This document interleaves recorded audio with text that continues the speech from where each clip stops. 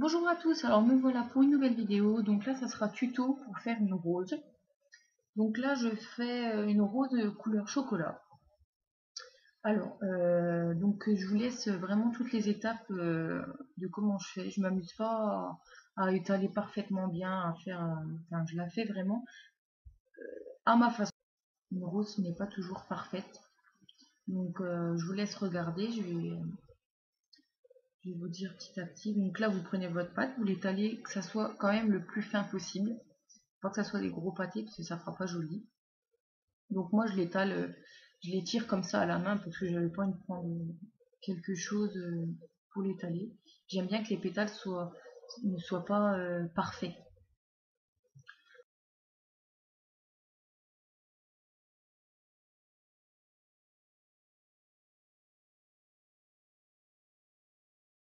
Alors là vous coupez un côté et là on va faire le cœur de la rose.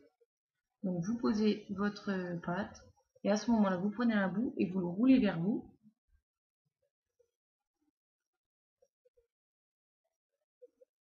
comme ceci.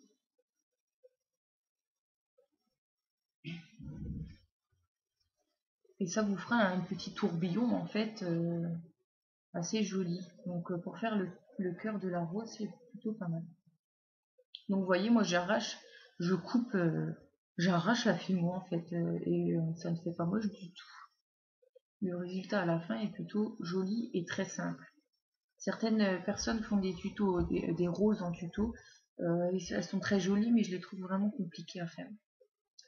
Donc voilà, là je reprends le bout de pâte fimo que j'ai arraché.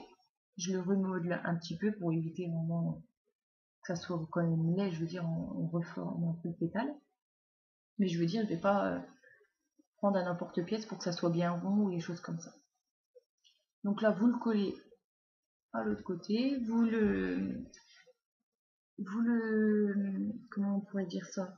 Vous prenez le pétale, vous le mettez un peu en arrière, en fait, que ça fasse un petit pli, sans faire un pli. Enfin, je sais pas comment vous expliquer. Regardez bien la vidéo, vous comprendrez. Donc après, il faut ajouter pétale par pétale. Il faut qu'il soit collé, mais qu'il y ait quand même disons 1 ou 2 mm d'espace entre les pétales, parce que si la fimo colle, vous avez par exemple deux morceaux de fimo, ils vont coller ensemble, donc ça va pas faire une jolie rose.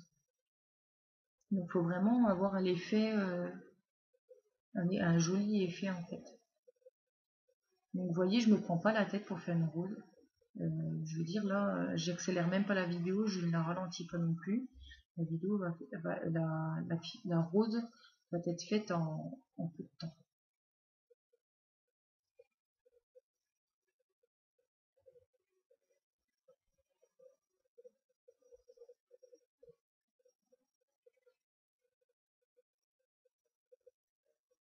Alors, combien de pétales? Je sens cette question vraiment. Je mets pas, je compte même pas mes pétales. Je regarde seulement si, pour moi, la rose est finie ou pas.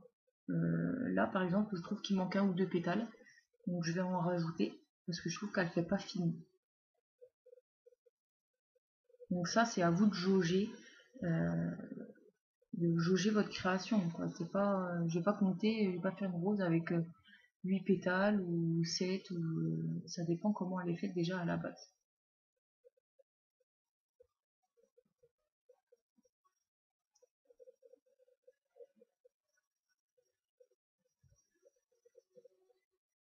Il faut pas vous prendre la tête quand vous faites ce genre de création.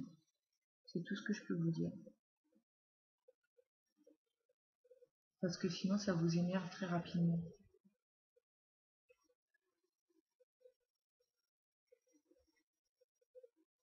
Voilà. La petite rose, je pense qu'on va en rajouter un. Voilà.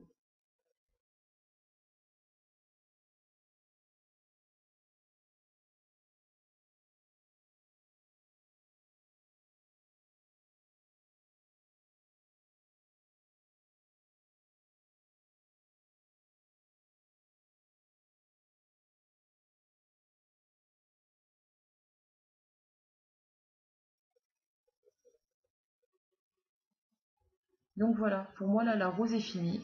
Vous voyez, c'est un joli effet, hein, il n'y a pas de souci.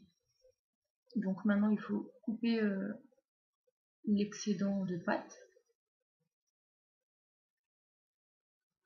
Et là, je vais la faire en pendentif.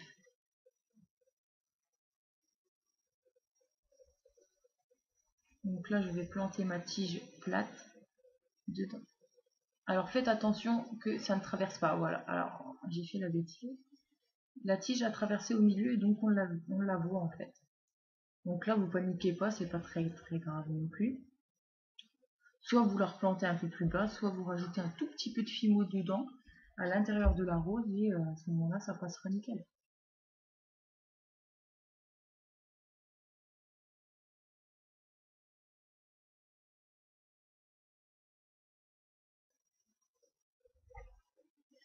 Donc voilà pour ce petit tuto. Donc si vous avez des questions, n'hésitez pas. Et puis je vous dis à très bientôt.